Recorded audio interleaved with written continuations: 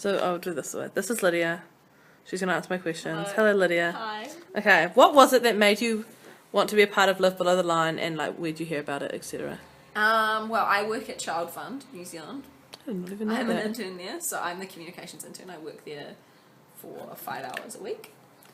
And so we started at the beginning of the year. We sat down and talked about what I would be in charge of, and they just set up we just had the first Live Below the Line, sort of like, do we want to be a part of it, do we not? And then we decided that as Child Fund we wanted to be a part of it.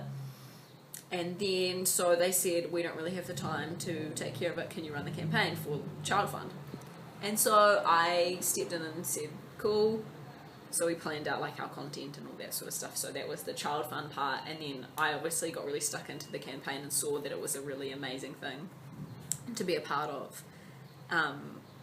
And just like I loved the idea of everyone getting in and doing it together and seeing what it would be like for a family in a third world country, because essentially that's sort of like what it is most of the time. And it was pretty cool to be together and sort of like make sacrifices for each other in terms of like dietary requirements and like money and stuff like that. But yeah, really amazing campaign. Nice. And really good for just awareness and obviously fundraising as well. Good answer. Who did you do it with? Like, who was your group? So there were 4 out of 5 of us in the flat that lived together. We did it. And then 4 other friends, a lot of them, 3 out of 4 of them were from Eden Hostel. And so they'd come over, everyone would meet together at sort of 6 o'clock. And we would have dinner ready, and I would have a little piece of paper that I'd written up for them with a little package for the next day, and we'd send them off with like their little prepared. That's so cute.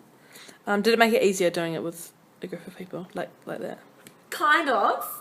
It was also harder. It was easier in terms of like resources, because you share resources, so you can buy in bulk. But in terms of like trying to coordinate everybody and trying to keep everybody happy, it was pretty hard, because people are like, oh, I don't like that, or like, you know, like one of our girls was gluten and dairy free, so we had to sort of like work out ways to work around that. And I mean, it was a challenge, and it was cool, and that's the way it is, really.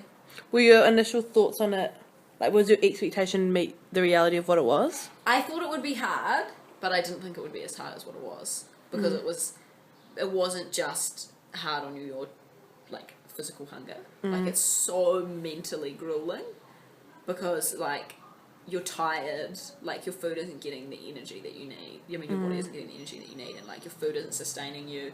Like, I wasn't focused, I was really emotional, and there were like 4 out of 5 of us in the flat doing it, so obviously like you have to be so careful not to step on each other's toes.